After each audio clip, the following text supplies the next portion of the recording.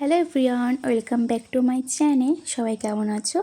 তো সকালে ঘুম থেকে উঠে খেয়েছিলাম ছোলা ভেজানো আর পাস্তা খাবো বলে আমি এদিকে পেঁয়াজ আর ডিমটা ভাজা করে নিয়েছি।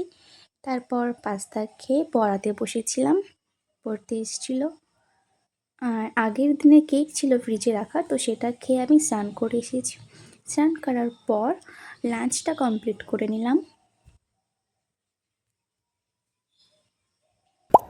আর লাস্টে খেয়েছিলাম একটু চাটনি।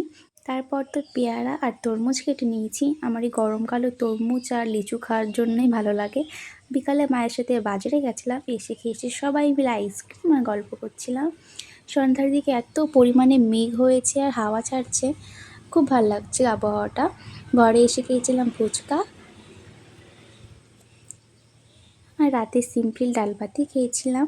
তারপর ঘুমানোর আগে একটা আইসক্রিম খেয়ে নিয়েছি।